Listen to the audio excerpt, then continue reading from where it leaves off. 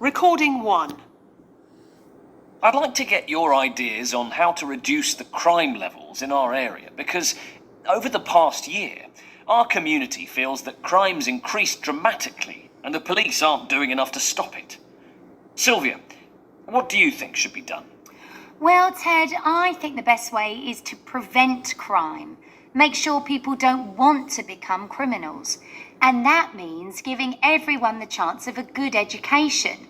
Then people can see that it's possible to succeed in life without turning to crime. We can't just build lots of new schools.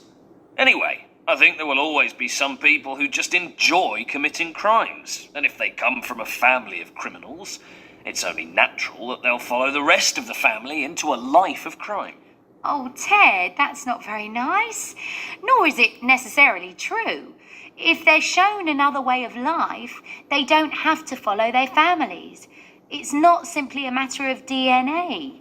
What do you think, Maria? In my view, the solution's simple. I think there should be more CCTV cameras around. Yes, but they don't stop people committing crime. They just help the police find out who did it. You've got to look at the causes, surely. It would take too long to change people's attitudes. Use CCTV and make prisons less comfortable and the law stricter. Then people would think twice about committing a crime. But people often come out of prison with more criminal skills and contacts than they started with. It's like a training ground for criminals. Prisons just aren't effective.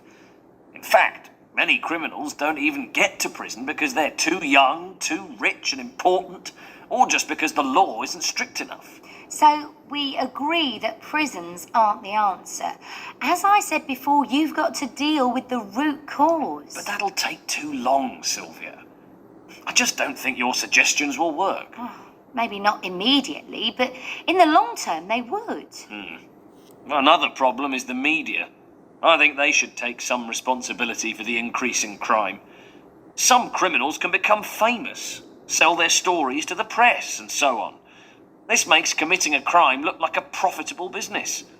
The media shouldn't write about them or make programs about them. That's a good point. And what about all those crime series on TV? They give criminals ideas on how to commit the perfect crime, don't they? Well, it doesn't solve our problem, does it? There isn't a single issue on which I'm not entirely